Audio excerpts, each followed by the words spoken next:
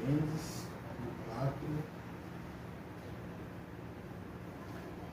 versículo 1,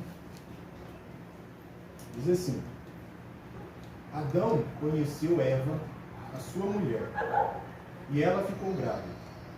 Eva deu à luz um filho e disse: Com a ajuda de Deus, o Senhor, tive um filho homem. E ela pôs o nome de Caim. Depois teve outro filho chamado Abel, irmão de Caim. Amém? Amém. Então, hoje vamos estudar um pouco sobre o pecado original. Só que não vamos olhar muito na questão do pecado em si, mas o plano por trás disso. Porque eu acho que esse aqui é o ponto fundamental de nós entendermos a mensagem do Nombrando, como o irmão Diógenes disse. Para ele, a doutrina sobre o pecado original foi a doutrina mais difícil para ele aceitar a mensagem. Então, eu creio que é importante nós tocarmos nesse assunto, visto que também é um assunto que nós não tocamos muito. Falamos muito sobre a deidade, sobre a parúzia, mas sobre a descendência da serpente não falamos muito. E é importante nós entendermos não de fato o pecado que foi cometido, mas o plano por trás que vai vai ter nexo com todo aquele estudo que nós estávamos trazendo sobre o Filho de Deus, o nascimento do Filho de Deus. Então, esse estudo aqui eu tenho que dividir em duas partes, não tem como falar tudo numa palestra só. Então eu vou dividir esse estudo em duas partes, como o outro. E o primeiro ponto que nós vamos tentar entender aqui, vou colocar de ponto número 1.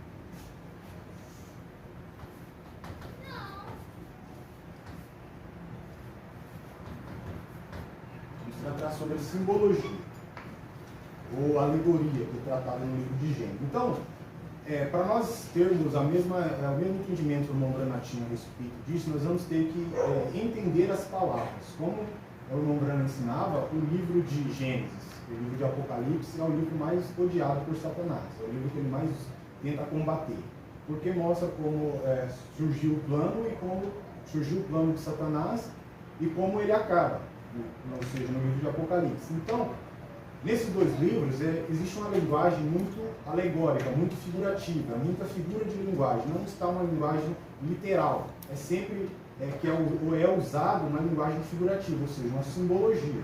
E a gente vai tentar entender essa simbologia que é tratada aqui e que diz respeito aí ao pecado. Então, tem algumas palavras nessa narrativa de Gênesis, pelo menos de Adão e Eva aqui, que é importante a gente entender. Eu vou colocar essas palavras aqui, a gente vai buscar entender o significado dela dentro da Bíblia, e depois, com essa linguagem bíblica, a gente tenta entender o que aconteceu ali no Jardim do Éden. Então, vou colocar apenas 4 palavras, e a gente vai procurar ela dentro das Escrituras, para nós entendermos. A primeira palavra é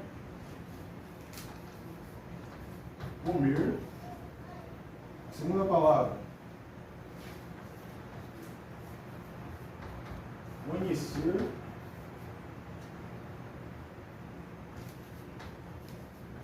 Fruto e árvore.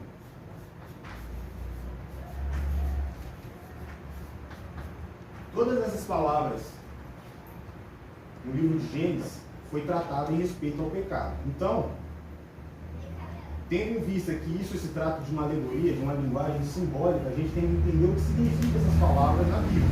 Então, vamos lá. Vou começar pela primeira palavra, comer. Vamos abrir a Bíblia em Provérbios, capítulo 30, versículo 20.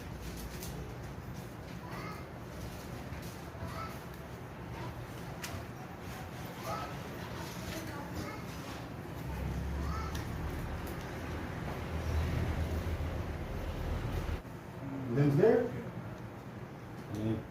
Amém. Diz assim a palavra do Senhor: o caminho da mulher adúltera é assim: ela come, depois limpa a sua boca e diz: não fiz nada de mal. Então, Salomão aqui, aliás, Agur, que foi quem escreveu esse capítulo 30 de Provérbios, o que Agur está dizendo aqui é que o ato da mulher que comete adultério é relacionado ao fato de comer. Então, comer é uma linguagem bíblica referente a um ato que a mulher pratica, no caso aí a mulher adulta, que ela comete adultério. Então, a palavra comer na Bíblia tem esse significado. É claro, tem vários outros significados, tanto como o ato sexual, como outro tipo de ato. Isso significa uma atitude que a pessoa tem. Tem esse significado na Bíblia, comer. Então, vamos aderir ao pensamento bíblico aqui de que comer tem a ver com um ato em si. Outra palavra que nós vamos ver agora é o fruto. Abre aí, por favor, em Cantares de Salomão, ou Cânticos de Salomão. Vamos analisar o que Salomão vai dizer aqui. Cantares ou Cânticos.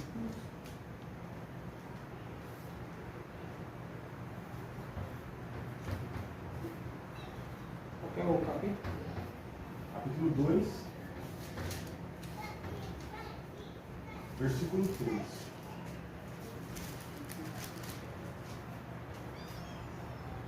Cânticos de Salomão, ou Cantares de Salomão, capítulo 2, verso 3. Diz assim: qual a macieira entre as árvores do bosque, tal é o meu amado entre os filhos. Desejo muito a sua sombra e debaixo dela me assento. O seu fruto é doce ao meu paladar. Então, o que Salomão está falando aqui sobre fruto, na verdade, diz respeito ao ato sexual. Então, ele está aqui falando sobre, não sobre fruto da macieira, mas sobre a relação que o homem tem com a mulher. No mesmo livro, capítulo 4, verso 16, eu vou ler só a frase B aí. Esse versículo 16 tem duas frases. A frase A, ponto final, começa a frase B. Vamos ler a frase B. Cânticos ou Cantares de Salomão, capítulo 4, verso 16. Salomão vai dizer a mesma coisa. Entre o meu amado no seu jardim e coma os seus frutos excelentes. Então, fruto aqui está relacionado também a um ato entre um homem e uma mulher. No caso aqui, entre o amado e a sua esposa. Em Jeremias, capítulo 21, verso 14, mais uma escritura sobre fruto, para nós entendermos o que é fruto.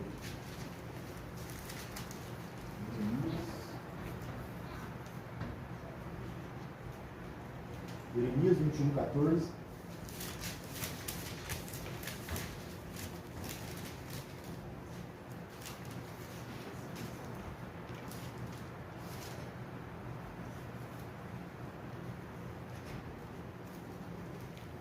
Diz assim: eu vos castigarei segundo o fruto de vossas ações, diz o Senhor. Então, o que eu quero que você compreenda é que fruto não é relacionado na Bíblia especificamente a uma fruta, no caso na linguagem alegórica de Gênesis. Não está relacionado a uma fruta que Eva, como diz a teologia secular, comeu, mas a um ato, a uma ação que ela praticou. Então, entenda isso, fruto e comer é relacionado a ações que as pessoas têm e não a simplesmente a linguagem literal de comer um fruto ou comer uma fruta. Agora vamos ver sobre a árvore. Vamos abrir em Mateus, capítulo 3, verso 10. Acho que todo mundo conhece essa escritura de cabeça, né? Mateus, Evangelho segundo Mateus, Novo Testamento, capítulo 3, verso 10.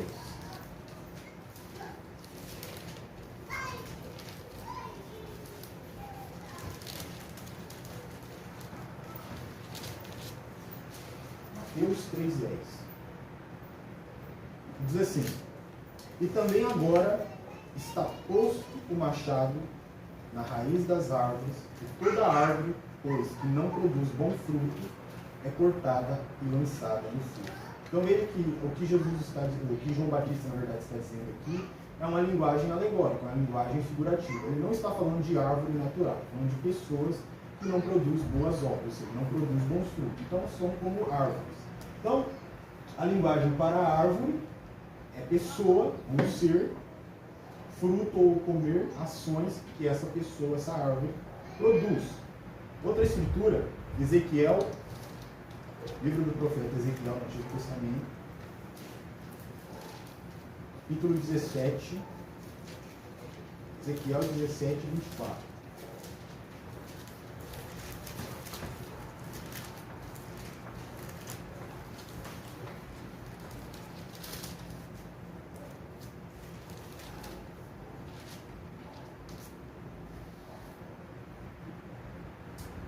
Ezequiel 17, verso 24, diz assim: assim saberão todas as árvores do campo que eu, o Senhor, abati a árvore alta, elevei a árvore baixa, sequei a árvore verde e fiz reverdecer a árvore seca. Eu, o Senhor, o disse e o fiz. Amém. E eu creio que a última escritura sobre árvore está no livro do profeta Daniel, capítulo 10, ou capítulo 4, versículo 10. Daniel 4.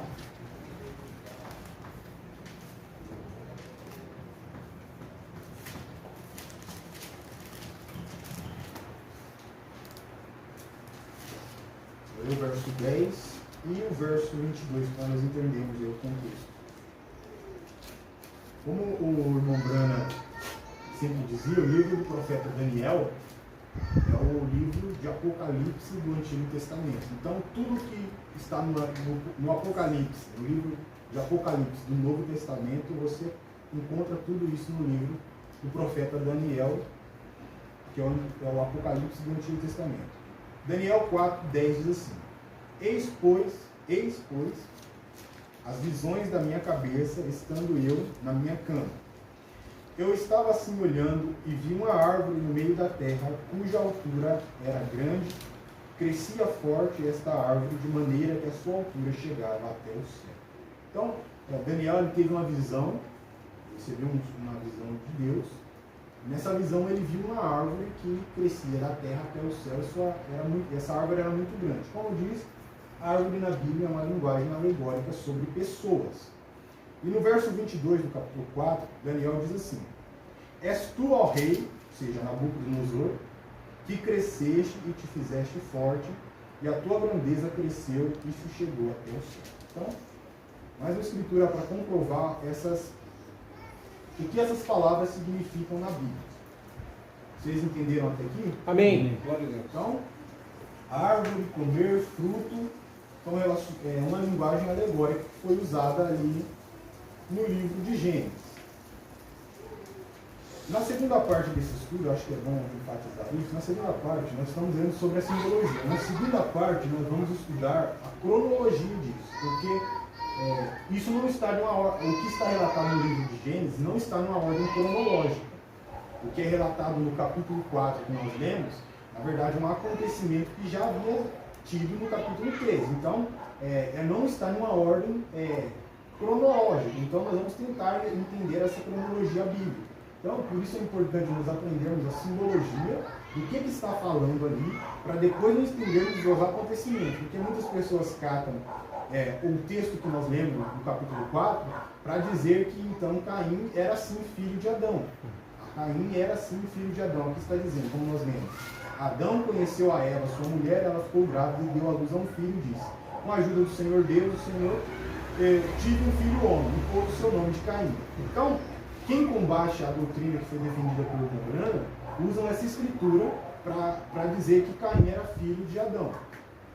Eles não entendem nem a simbologia, e pelo fato de não entender a simbologia, erram na cronologia, mudando todos os eventos da maneira que aconteceu. Então vamos ler aí em Gênesis capítulo 3, a partir do verso 1.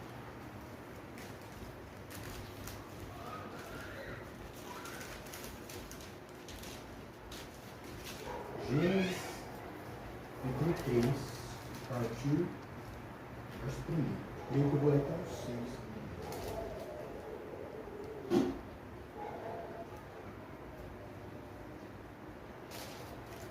Gênesis 3, 1, diz assim: ora, a serpente era o mais astuto de todos os animais selvagens que o Senhor Deus tinha feito. Bom, algo que é importante esclarecer aqui. todos os animais selvagens que Deus tinha feito, a serpente era o mais astuta. Então Deus criou duas espécies de animais: os animais domésticos e os animais selváticos, os selvagens. Então a serpente era dos animais mais astutos entre os selváticos, entre os selvagens. Percebe que Deus fez essa pequena distinção: animais domésticos, aqueles que são domesticados, cachorro, gato, e os animais selvagens, ou seja, o leão, por exemplo, e a serpente era o mais astuto entre esses animais do campo. Porém, depois que aconteceu o pecado, a serpente ela foi amaldiçoada. E ela perdeu Deus mudou toda a sua estrutura. E ela passou a ser um réptil. Então, existiam esses três tipos de animais: os selváticos, os domésticos e os répteis. A serpente não era um réptil, um animal que se rastejava. Ela era um animal selvático. Então, é isso que a Bíblia está dizendo. Ela foi amaldiçoada e foi mudada. Então, a serpente era o mais astuto de todos os animais selváticos, ou selvagens, que o Senhor Deus tinha feito. E ela perguntou à mulher: foi isso mesmo que Deus disse? Não coma de nenhum fruto das árvores do jardim? Outra coisa importante ressaltar: a cobra que falava. A serpente, ela falava. Isso não é uma fábula criada por Moisés. A Moisés está escrevendo uma fábula onde a raposa fala, todos os animais não falam. A serpente aqui era um animal que mais se parecia com o ser humano, porque ela raciocinava, ela foi capaz de criar um raciocínio lógico. Foi isso que o Senhor Deus disse? Ela raciocinava, ela pensava, ela falava, ela só não era um ser humano. Respondeu a mulher à serpente: podemos comer do fruto de todas as árvores do jardim. Mas Deus disse: não comam do fruto da árvore que está no meio do jardim, nem toquem nele, do contrário vocês morrerão. Disse a serpente à mulher: certamente não morrerão. Deus sabe que no dia que comerdes dele, seus olhos se abrirão, e vocês serão como Deus, conhecedores do bem e do mal. Então veja o arrazoamento. Isso que é importante ver, que esse animal era um animal racional. Veja o arrazoamento que ela criou. Deus disse que não morrerão. Fez Deus passar por mentiroso, e depois essa serpente era um animal induzido por Satanás. Ela disse que Eva, ao comer do fruto, não da fruta, os olhos de Eva se abririam. Então este fruto era um fruto que traria uma elucidação aos olhos de Eva. Então Deus sabe que no dia que dele, ou seja, do fruto, não da fruta, comerem, seus olhos se abrirão, e vocês serão como Deus, conhecedores do bem e do mal. Quando a mulher viu que a árvore parecia agradável ao paladar e era atraente aos olhos, e além disso, desejável para ela para obter discernimento, tomou do seu fruto, comeu e deu ao seu marido, que comeu também. Então, Eva apanhou daquele fruto, daquele ato, comeu, participou deste ato com a árvore, esse fruto da árvore do conhecimento com a serpente, e depois deu deste fruto, ou seja, desse ato ao seu marido, e ele também comeu. Então, vamos aqui colocar o significado, depois de nós termos visto dentro da Bíblia o que significa essas palavras, vou deixar muito claro o significado dessas coisas. Fruto, ato, vou colocar bem assim, ato, ação,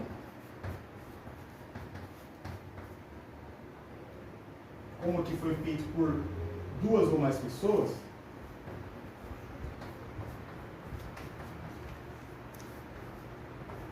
intercurso ou relação. Aqui envolve mais pessoas. Então você pode interpretar fruto, essa linguagem alegórica de Gênesis, como atuação, intercurso ou relação. Comer, vamos interpretar por provar.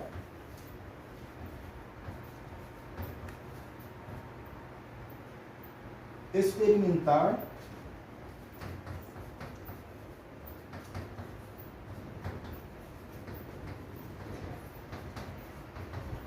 No caso aqui, no contexto, né? Coito ou sexo.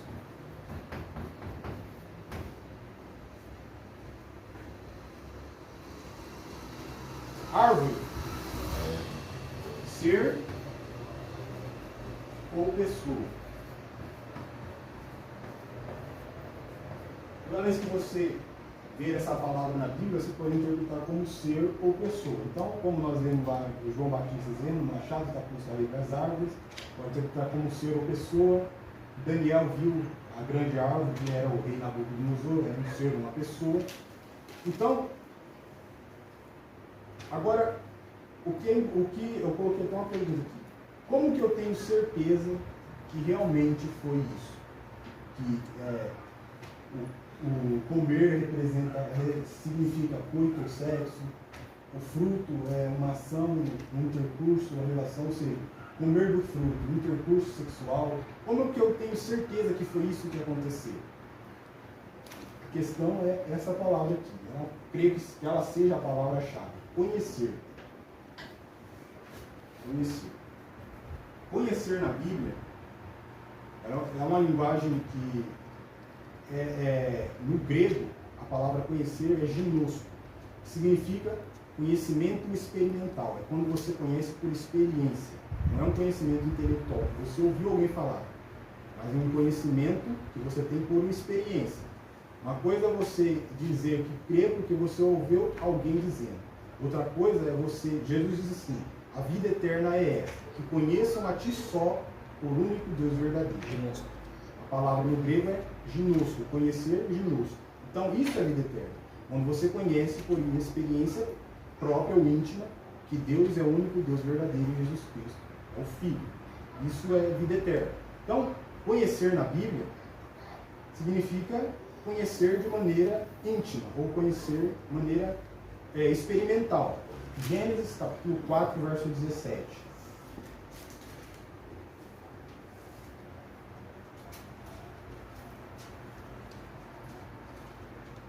Gênesis 4, 17 diz assim: E conheceu Caim a sua mulher, e ela concebeu e deu à luz a Enoque. Então, conhecer aqui é tratado da relação íntima de Caim com a mulher. Então, essa é a linguagem bíblica sobre conhecer. A relação íntima, o conhecimento íntimo ou experimental. Números, capítulo 31, verso 17.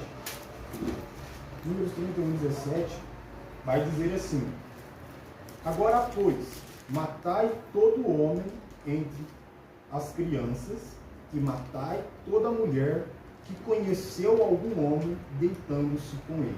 Então, isso é o que a Bíblia relata sobre conhecer. O que significa conhecer? Outra escritura, para você entender de fato sobre essa questão de nascimento, é Mateus 1,18. Ora, o nascimento de Jesus Cristo foi assim: estando Maria, sua mãe, desposada com José, antes que se conhecessem, achou-se ter concebido do Espírito Santo.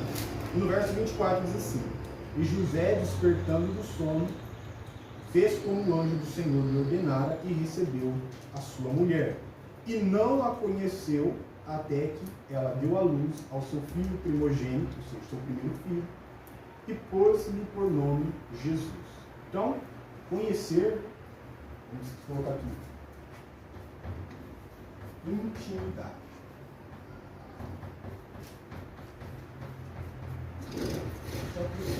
Então, veja que a árvore da qual a Eva tomou fruto era a árvore do conhecimento do bem e do mal.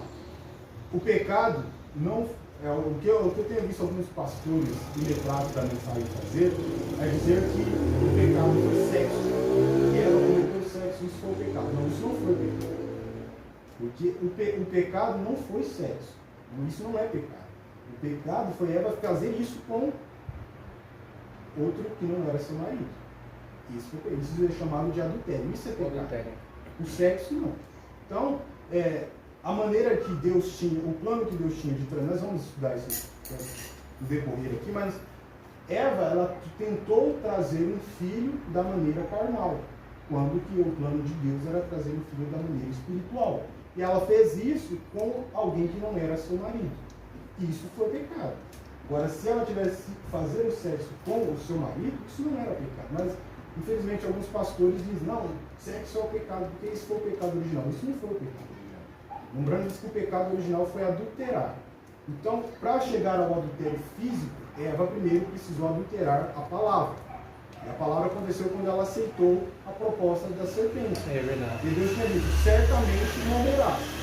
E a serpente veio e adulterou essa palavra, colocou o não, certamente não morrerás. Aquela palavra de Deus foi adulterada, então a partir daí o pecado principal já havia cometido, que ela desacreditou. Foi a incredulidade na palavra, aceitou o adultério da palavra e depois praticou isso na carne. Mas o sexo em si não é pecado, como alguns ali tentam dizer. Então, conhecimento ou conhecer significa intimidade. Então, a árvore era a árvore de conhecimento do bem e do mal. Então, é o seguinte, olhando toda essa simbologia bíblica, a gente pode dizer que Eva teve intercurso com a árvore da intimidade. Então, Eva teve uma relação, um intercurso com a árvore da intimidade. Foi esse o pecado que ela cometeu. Agora, vamos tentar entender outra questão importante aqui. Quem era essa árvore? Isso que é importante, porque a árvore é um ser ou pessoa, não é uma árvore literal, é uma simbologia de um ser ou pessoa. Agora, a questão é saber quem era essa árvore, porque a partir daí a gente vai entender como que o plano de Deus se desenvolve para a nossa salvação. Ezequiel, abram aí, Ezequiel, capítulo 28, verso 3.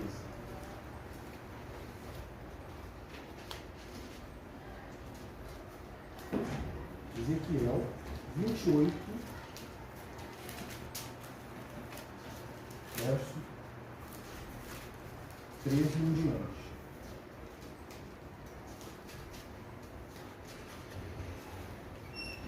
Diz assim a palavra de Deus: estiveste no Éden, jardim de Deus, toda pedra preciosa era a tua cobertura.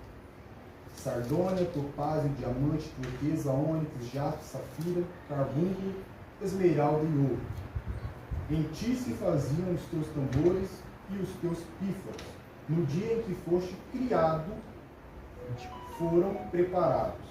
Tu eras o querubim, ungido para cobrir, e te estabeleci no Monte Santo de Deus. Estava no meio das pedras folheadas, andava perfeito, e eram em teus caminhos desde os dias em que foste criado, até que se achou em ti iniquidade.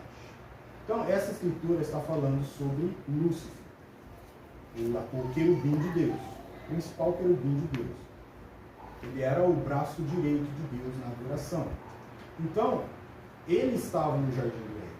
E se nós olharmos tudo que o Rembrandt nos ensina, isso é importante, nós vamos compreender que a maneira como que a astúcia que Satanás teve para trazer à humanidade o pecado.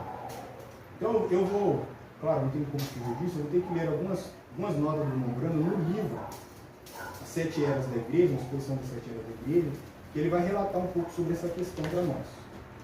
Exposição das 7 Eras da Igreja, na página 79.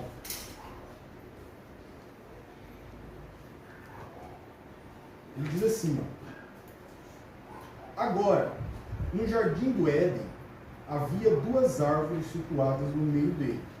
Uma era a árvore da vida e a outra era a árvore da ciência do bem e do mal. O homem devia viver da árvore da vida, porém, não havia de tocar na outra árvore, senão morreria. Mas o homem tomou da outra árvore, e quando fez a morte, entrou pelo pecado, e ele ficou separado de Deus. Agora, essa árvore lá atrás no Éden, essa árvore que é a fonte da vida, era Jesus. Então, a árvore é uma pessoa, certo? Um ser ou pessoa. No caso aqui, a árvore da vida era Jesus. Em João, capítulo 6 a 8, Jesus se apresenta como a fonte da vida eterna. Ele chamou a si mesmo o pão do céu. Ele falou em dar a si mesmo e que um homem comesse dele nunca morreria. Ele proclamou que conheceu Abraão antes de Abraão, e ele era. Ele profetizou que ele mesmo lhe daria águas vivas, e que um homem que bebesse jamais teria sede novamente, mas viveria eternamente. Ele mostrou-se como o grande eu sou. Ele é o pão da vida, o manancial da vida, o eterno, a árvore da vida. Ele estava lá atrás no Éden, no meio do jardim, assim como ele está no meio do paraíso de Deus. Alguns têm a ideia de que as duas árvores no jardim eram apenas árvores, como o resto das árvores que o Senhor Deus plantara lá. Porém, estudantes cuidadosos sabem que isso não é assim. Quando João Batista clamou que o machado estava posto à raiz de todas as árvores, ele não estava falando de árvores meramente naturais, mas de princípios espirituais. Agora, em 1 João 5, verso 11, diz: "E o testemunho é este, que Deus nos deu a vida eterna, e esta vida está em seu Filho." Jesus disse em João, o testemunho, em João 5,40, "E não quereis vir a mim para ter de vida." Portanto, o testemunho, a palavra de Deus afirma clara e diretamente que a vida eterna está no Filho. Não há outro lugar. Em 1 João 4, 5, 12 diz: "Quem tem o Filho tem a vida. Quem não tem o Filho de Deus não tem a vida." Agora, uma vez que o testemunho não pode mudar, ser tirado dele ou acrescentado a ele, então permanece o testemunho de que a vida está no Filho. Uma vez que isso é assim, a árvore do jardim tem que ser Jesus. Amém? Amém. Muito bem. Se a árvore da vida é uma pessoa, então a árvore da ciência do bem e do mal é uma pessoa também. Não pode ser de outra forma. Assim, o justo, caso Jesus, e o maligno estavam lado a lado no jardim do Éden. Ezequiel 28:13. Satanás estava no Éden, jardim de Deus. Amém. Então, segundo o que o irmão Brano ensina, isso é um curso de teologia braniana, segundo a teologia de irmão Brana, a árvore da vida era uma pessoa, no caso Jesus Cristo, e a árvore da ciência do bem e do mal, do conhecimento do bem e do mal, também era uma pessoa, no caso Satanás. Então, Satanás, o que ele fez? Ele era um ser espiritual criado. Ele usou a serpente para introduzir a sua semente no mundo, e através da sua semente, a semente da serpente também surgiu. Então, isso parece um pouco difícil de compreender. Na hora que eu estava escrevendo, achei até um pouco complicado de escrever. O que Satanás fez? Deixa eu tentar ver mais claro. Satanás, ele usou aquele animal, que era a serpente, que é um animal criado por Deus, para introduzir a sua semente, que era o pecado, e através da sua semente, o pecado, a semente da serpente surgiu, que era Caim. Então, Caim, ele era filho espiritual de Satanás e carnal de Eva com a serpente. Então, Satanás introduziu o pecado, que é a sua semente, através da semente da serpente. Ela surgiu através da semente da serpente. Lembrando, creio que na página 83, página 83 do livro, ele vai dizer assim: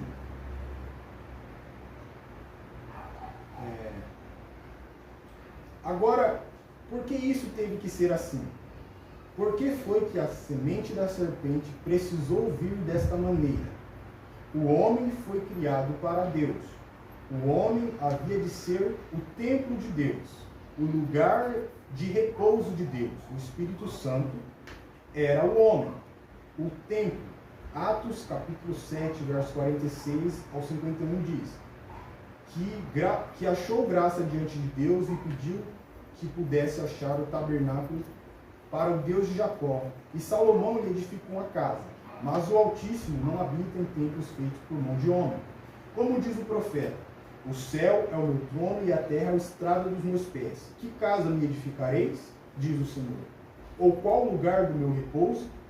Porventura, não fez a minha mão todas as coisas?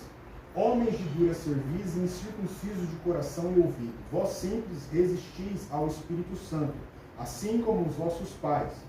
Satanás tem sabido disto o tempo todo. Ele também quer habitar no homem, assim como Deus o faz. Porém, Deus tem reservado esse direito para si mesmo. Então, como o Brano está dizendo, que o homem foi feito o lugar de habitação do Espírito Santo. Só que Satanás sabe disso e quer copiar o que Deus está fazendo. Só que isso é uma coisa que Deus tem para si mesmo. Porém, Deus tem reservado esse direito para si mesmo. Satanás não pode fazer isso. Somente Deus aparece em carne humana. Satanás não pôde e não pode fazer isso. Ele não tem poderes criativos. A única maneira de Satanás executar o que ele queria fazer foi entrar pela serpente no Éden, assim como ele entrou através de espíritos malignos nos porcos em Gadara. Então, o que o Romano está dizendo é o seguinte: Satanás ele não pode criar um homem e entrar nesse homem. Então ele usou a serpente e entrou, ou seja, ele entrou na serpente para produzir um homem, para ele habitar nesse homem. Da mesma maneira como ele entrou naqueles porcos que estavam quando Jesus expulsou o demônio do Gadareno. Deus não entra em animais, mas Satanás pôde fazer e fará para atingir os seus fins. Ele não podia ter um filho diretamente através de Eva, como Deus fez com Maria. Portanto, ele entrou na serpente e então enganou a Eva. Ele a seduziu e através dela, Satanás teve vicariamente, ou seja, representativamente, um filho. Caim foi portador das plenas características espirituais de Satanás e as características animalescas, sensuais, carnais da serpente. Não admira que o Espírito Santo dissesse a Caim que ele era do maligno, pois ele era. Então, veja como que foi o plano de Satanás. É copiar aquilo que Deus estava fazendo. Então, vou ler mais uma citação para nós encerrarmos essa primeira parte. Está na página 84 do livro A Exposição das Sete Eras da Igreja. Então, para nós entendermos a simbologia, isso não, o plano, essa questão do pecado original, que Eva não comeu o fruto, não é a parte principal. Isso é apenas rudimentos. E entender isso aqui é bom? É claro que é bom, porque isso aqui nenhuma teologia secular apresenta. E os crentes da mensagem acham que eu tenho revelação porque eu sei da semente da serpente. Acha que isso é tudo, isso aqui é só a base para você compreender qual é o plano da redenção. Se você não entende isso aqui, essa questão, a simbologia e por que a semente da serpente existiu, você vai chegar em um ponto como algumas pessoas chegam, de achar que Deus manda as pessoas para o inferno porque ele é mau. Não é porque ele é mau, porque Deus é mau que ele predestinou o homem para o inferno. É porque essas pessoas, elas vêm de uma semente que o próprio diabo plantou. E essa semente, ela não tem genes espirituais, porque, como o Morano disse, Caim possuía características espirituais do diabo. Então não tem como redimir essas sementes espirituais, porque elas são do diabo. Por isso elas vão para o inferno. Não porque Caim matou Abel, não é por isso que ele foi para o inferno, porque as características espirituais dele não tinham redenção. Era do diabo. Então, por isso que a perdição, a salvação não está relacionada à obra, mas sim às suas características espirituais. Então isso aqui é apenas a base para você entender todo o resto. Aí, depois que nós entendermos essa questão de qual foi o pecado e o porquê, o Mombrana chega num ponto aqui no livro que vai dizer o seguinte, na página 84. Agora que temos chegado a este ponto, ou seja, entendemos isso, deixe-me tentar consolidar o meu pensamento sobre este assunto, para que você possa ver a necessidade da nossa discussão a respeito da doutrina da semente da serpente, como tenho feito. Nós começamos com o fato de que havia duas árvores no meio do jardim. A árvore da vida era Jesus, e a outra árvore definitivamente é Satanás, por causa daquilo que surgiu do fruto dessa árvore. Agora, então, sabemos que ambas as árvores tinham uma relação com o homem ou jamais teriam sido colocadas lá. Elas devem ter tido uma parte no plano e propósito soberano de Deus, no relacionamento delas com a espécie humana e com Ele próprio, ou jamais poderíamos imputar a Deus a onisciência. O que ele disse aqui é algo muito interessante. O que ele está dizendo é o seguinte: essas duas árvores foram colocadas lá pela soberania de Deus. E ele sabia que Eva ia escolher o fruto da árvore errada e que a raça humana ia cair. Se você diz que Eva pecou porque Deus não sabia, foi pego de surpresa, Deus não sabia que tinha uma árvore mal lá, você está tirando a onisciência de Deus. É isso que o Lembrando está dizendo. Então, ele diz o seguinte: Deus colocou essas duas árvores, esses dois seres lá, para ter relação com o homem e com ele próprio. Isso fazia parte dos planos e propósitos soberanos dele. Onde eu parei aqui. Até agora, tudo isso é verdade. Não é? Agora, a palavra indiscutivelmente expõe que antes da fundação da terra, era o propósito de Deus compartilhar a vida eterna com o homem, como está em Efésios capítulo 1, verso 4 ao 11. Como também nos elegeu nele, em Jesus, a árvore da vida, como também nos elegeu nele, antes da fundação do mundo, para que fôssemos santos e irrepreensíveis diante dele em caridade, e nos predestinou para filhos de adoção por Jesus Cristo para si mesmo, segundo o beneplácito da sua vontade, para louvor da sua glória, da graça da sua glória, pela qual nos fez agradáveis em si mesmo no amado. Em quem, ou seja, em Jesus, temos a redenção pelo seu sangue, a remissão das ofensas, segundo a riqueza da sua graça, que ele fez abundar para conosco em toda sabedoria e prudência, descobrindo-nos o mistério da sua vontade, segundo o beneplácito que propusera em si mesmo, de tornar a congregar em Cristo todas as coisas, na dispensação da plenitude dos tempos, tanto as que estão no céu como as que estão na terra. Nele digo, em quem também fomos feito herança, havendo sido predestinado conforme o propósito daquele, que é Deus, que faz todas as coisas segundo o conselho da sua própria vontade. Apocalipse 13, verso 8. E adoraram-na, ou seja, Satanás, todos os que habitam sobre a terra, esses cujos nomes não estão escritos no livro da vida do Cordeiro, que foi morto antes da fundação do mundo.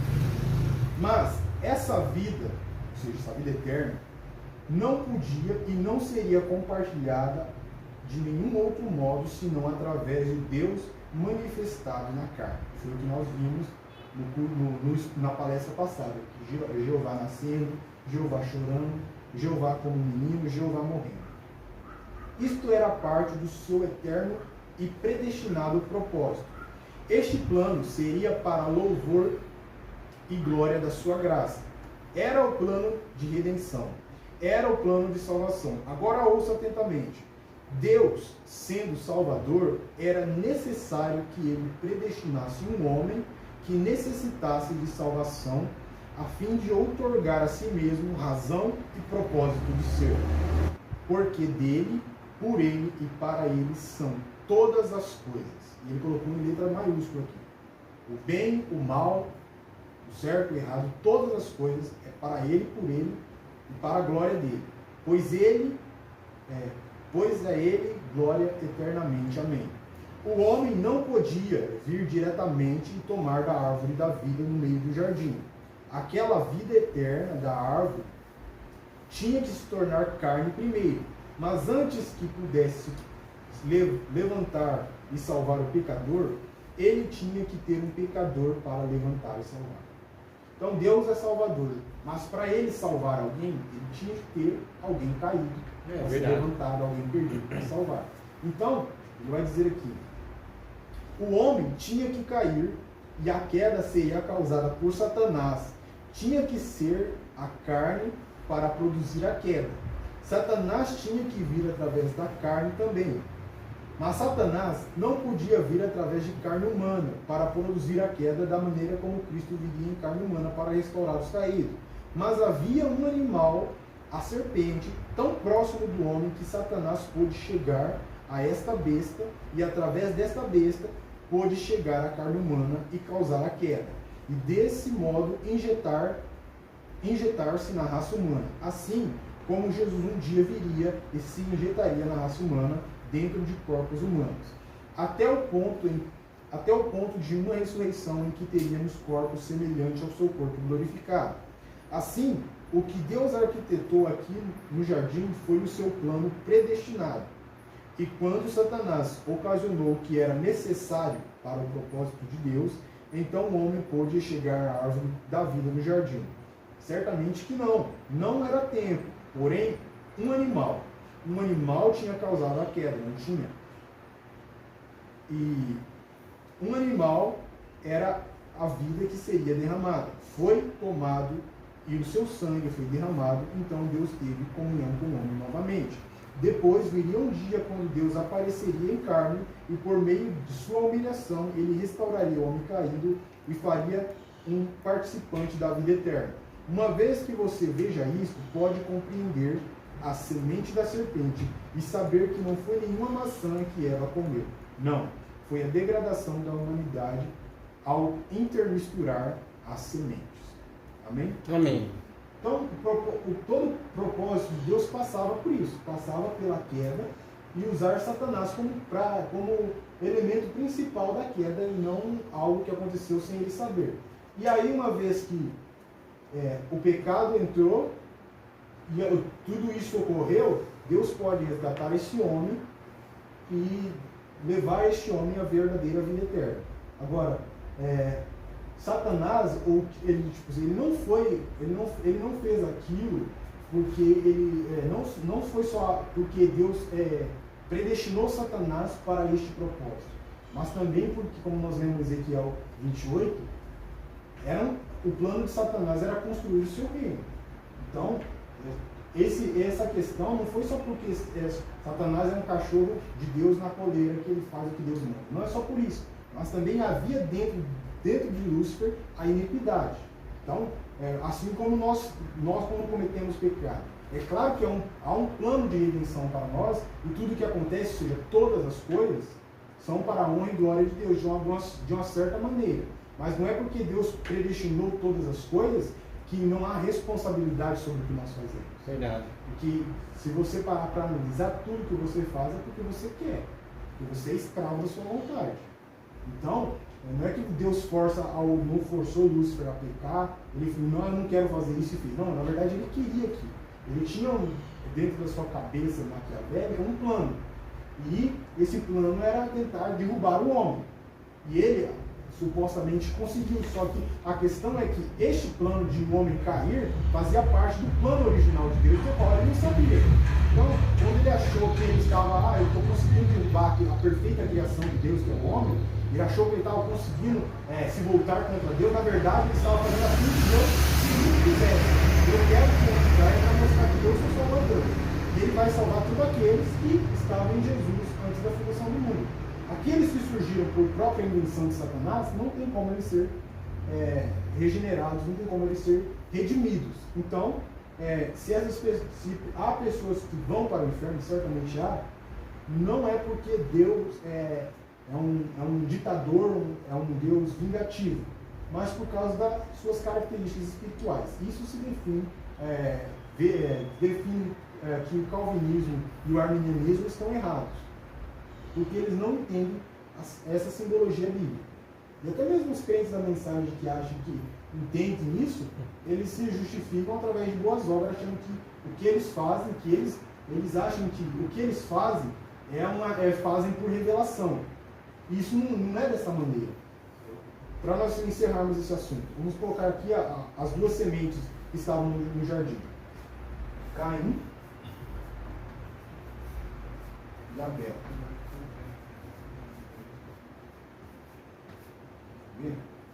Caim e Abel.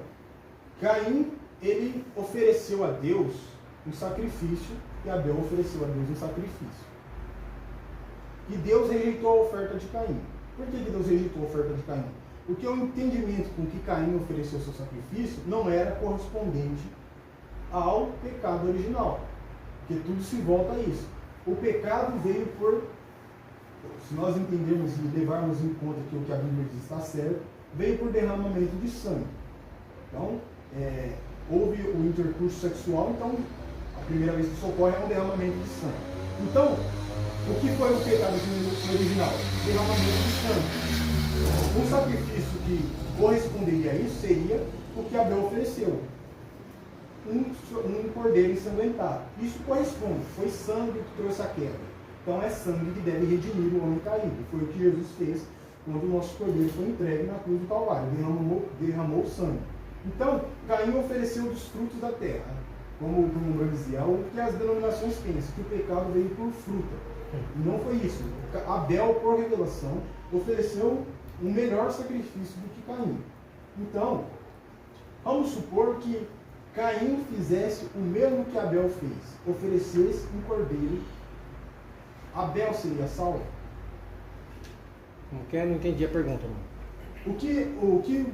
A Bíblia diz que Abel ofereceu um sacrifício mais excelente do que Caim, quando ele cortou o pescoço do cordeirinho. Sim. Vamos supor que Caim oferecesse o mesmo sacrifício que Abel. Caim seria salvo? Não, porque não era pelo que ele fazia, é pelo que ele era. Exato. E é isso que o povo da mensagem não entende. Eles não entendem. Eles acham que isso, não, mas se Caim oferecesse, fizesse, que é por obra, né? Se Caim fizesse o que Abel fez, então beleza. Não foi o que Deus disse? Se fizer o que é certo, não serás aceito? Então, se Caim fizesse o que Abel fez, então ele seria salvo. Porque o que eles falam isso? Porque eles acham que salvação é por obras. É por obras. Só que Caim poderia oferecer, como diz o pastor irmão de hoje, Caim poderia oferecer 1000 cordeirinhos. Ele iria para o inferno da mesma maneira. Porque ele nunca saberia o porquê que é sangue. Ele não saberia o porquê é sangue. Ele só faria a parte mecânica. Eu vou fazer porque eu vi meu irmão, Deus falou que eu tenho que fazer o que é certo. Eu vi meu irmão fez, então eu vou fazer também. Não adianta, porque a redenção não tem a ver com o que você faz, é com as características espirituais. E essa característica espiritual, se você tem essa característica espiritual, você vai entender o porquê disso. Você vai ter revelação, vai entender o porquê. Por que sangue? Por que foi? Por que não é maçã? Por que é sangue? Aí a partir do momento que você entende, você tem a revelação. Então você não é questão de você fazer igual, porque não é questão de Caim fazer igual porque Abel fez. Mas é porque ele não tinha, como diz o irmão de hoje naquele estudo sobre predestinados em amor. Caim não tinha genes espirituais para receber a revelação de porquê que era assim. Por isso que ele fazia da própria maneira, ele criou a sua própria religião. Eu acho que é assim que Deus vai aceitar. Se eu fizer isso, eu acho que Deus aceita. Isso eu acho que é certo, Deus vai aceitar. Eu estou sendo sincero, Deus vai me aceitar. Não é isso. Então, não é questão de fazer, mas entender entender a revelação, receber essa revelação. Então, vamos supor que Caim, então, ele não podia ser salvo de maneira nenhuma por causa daquilo que ele era. Agora, aquilo que ele era não foi uma obra de Deus, não foi uma semente que Deus plantou. Foi algo que o inimigo plantou. É claro que Deus fazia parte do plano de Deus, que Satanás fizesse aquilo para redimir o homem, para Deus mostrar seu atributo de salvação, mostrar que ele é salvador. Mas a consequência do que Caim era não tinha nada a ver com Deus. Não foi Deus que programou aquilo, foi um programa de Satanás. Então, Deus não é responsável por isso, é Satanás. Deus não é responsável por aquilo que Caim era Satanás, porque era semente de Satanás. Contudo, fazia parte do plano de Deus que Caim viesse à existência. Então, vamos dizer de que Deus, ele sabia, porque ele é onisciente de todas as coisas que aconteceriam, e ele só sabia disso porque não tem como Deus pode saber o futuro. Como que Deus pode saber o futuro se não foi ele mesmo que decretou o futuro, que decretou todas as coisas? Se você diz que Deus sabia de antemão todas as coisas, ele sabia o futuro, mas ele não determinou o futuro, então você está dizendo que existe um Deus e uma outra pessoa que escreveu a história que é a parte de Deus. Então, se existem dois deuses. Não. Se existe um futuro, foi porque Deus decretou o futuro, ou não existe futuro. Verdade. Então, Deus, por ser onisciente, ele sabia que um dia Caim viria à existência e que ele seria. Deus sabia por ser onisciente. Só que Deus não conheceu Caim quando, antes da fundação do mundo, olhou para Jesus. Deus viu Abel em Jesus, porque Abel era um atributo espiritual que estava em Cristo. Então, Abel poderia ser redimido. E Abel recebeu a revelação, e por revelação ele ofereceu um sacrifício mais excelente que Caim, por aquilo que ele era antes da fundação do mundo em Cristo. Caim não pôde fazer o mesmo porque ele não era. Não é porque Caim era, como uma frase diz assim, como que Deus... Ele era um rebelde, né? Aqui Abel e Caim vai ser a mesma coisa com Esaú e Jacó, né? Mesma coisa. Como que Deus pôde odiar Esaú e amar Jacó? Essa é a questão. Como que Deus pôde... como que Deus pôde amar Jacó? Essa é a questão mais difícil para nós. Porque se você for reparar por aquilo que faz, Deus, ao escolher Jacó, escolheu o filhinho da mamãe, o marido, que é o mais fraquinho da casa, aquele que não tinha responsabilidade nenhuma, e deixou aquele honrado pai de família, o caçador que sustentava todo o clã de Isaac, deixou o mais forte, escolheu o mais fraco. A questão é como que Deus pôde escolher Jacó, o mentiroso, o trapaceiro. Não tem nada a ver com o que as pessoas fazem, né? Porque Deus sabia que você ia aceitar, então ele se escolheu. E vai chegar nessa parte. Se Deus sabia quem ia escolher ele, Deus sabia qual que seria a sua ação futura. Você iria aceitar o Evangelho, você iria aceitar Jesus. Deus sabia disso, então ele te predestinou para a salvação. Quer dizer então que, se Deus sabia disso, porque ele olhou no futuro, a questão é quem que colocou o futuro lá para Deus olhar? Quem foi que colocou o futuro lá para Deus olhar? A pessoa vai ter que chegar, ela não tem escapatória, a pessoa vai chegar, ou ela vai ter que admitir que existe um outro Deus que escreveu a história para esse Deus olhar no futuro, ou ele vai ter que admitir que Deus predestinou você a aceitar. E por isso você aceita. Não tem lógica, você tem que sempre chegar a essa conclusão. Então, salvação e redenção vem de um plano, é um plano de Deus, da qual somente aqueles que estavam em Cristo, antes da fundação do mundo, podem obter. E isso não é algo que nós conseguimos por sermos pessoas melhores que as outras. Isso é algo que Deus predestinou. E Deus predestinou para a salvação. Então, todos que são predestinados para a salvação vão aceitar, independente de quem seja, quão boa pessoa ou não ela seja nesse exato momento. E essa outra semente foi a semente que o maligno plantou. E como Jesus disse, toda semente que o Pai Celestial não plantou será arrancada. Então, por mais boas obras que Caim pudesse fazer, não há nada que mudasse aquilo que ele era espiritualmente. Porque como que você pode mudar aquilo que você não pode fazer? Ninguém consegue dar nascimento a si mesmo. Essa é justamente a questão de João capítulo 4, onde Jesus conversa com Nicodemos. Aquele que não nascer de novo não pode entrar no reino de Deus. Então, até mesmo a semente de Deus, a semente original de Deus, ela precisa ser regenerada, ela precisa nascer de novo para entrar no reino de Deus. Só que ninguém pode nascer de novo. Ou ninguém pode entrar no reino do céu a menos que nasça de novo. Ninguém. Pode fazer isso por si mesmo. Nem a semente ímpia, nem a semente justa. Ninguém pode fazer. Aí, Nicodemos, mas como é isso, Senhor? Poderá o homem voltar à barriga da sua mãe e nascer de novo? Ele compreendeu a mensagem. Como que um homem pode dar vida a si mesmo? Não tem como ele voltar no próprio ventre da mãe para nascer de novo. Isso é impossível, isso não acontece. É justamente essa questão. O homem não pode produzir por si mesmo um novo nascimento. Então, tudo, mesmo a semente justa, mesmo a semente de Deus, ainda assim é incapacitada de voltar-se para Deus, a menos que Deus venha em socorro do homem. Então, a primeira parte é sobre isso, entender a simbologia. O que aconteceu lá não é algo que Deus foi pego de surpresa. Fazia parte, eu faço parte do plano da redenção. Tudo aquilo que aconteceu, eu conversei com uma pessoa que se diz crente da mensagem, que diz, sabe uma coisa? Eu nem acredito que foi aquilo que aconteceu no Jardim do Éden. Eu não acredito que foi mesmo aquilo que o irmão Brano ensina, que foi realmente o sexo. Eu não acredito que foi aquilo. Eu acredito, sei lá, se aderiram ao pensamento da Testemunha de Jeová. Não, foi apenas desrespeitar o mandamento. Porque a Testemunha de Jeová não diz que o pecado foi fruta. Eles falam que o pecado original foi desobediência.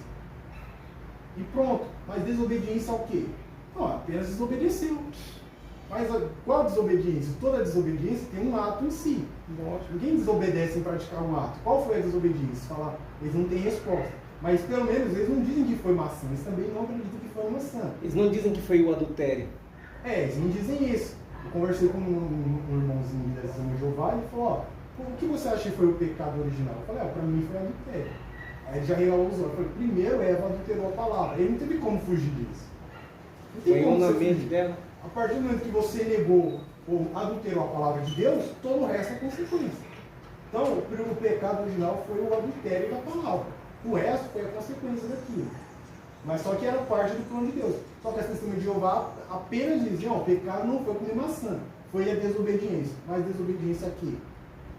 Eles não têm resposta, eles não podem admitir aquilo. Aceitar que o que realmente aconteceu. Por quê? Se você aceita o que realmente aconteceu, você sabe que a redenção de cada filho de Deus depende de sangue, porque foi o pecado veio pelo sangue. Então você tem a mesma revelação de Abel. Se você nega isso, como você pode dizer que foi isso mesmo? Sou lavado no sangue. Que sangue? Como o escritor aos Hebreus diz, sem sangue não há remissão de pecados. Então, se o pecado só pode ser redimido por sangue porque entrou por sangue. Então foi isso que aconteceu. Nós procuramos entender primeiramente a simbologia. Vocês compreenderam até aqui? Amém. Então, na segunda parte nós vamos estudar sobre a cronologia e fica para o estudo da semana que vem. Amém? Amém. Deus abençoe em nome de Jesus.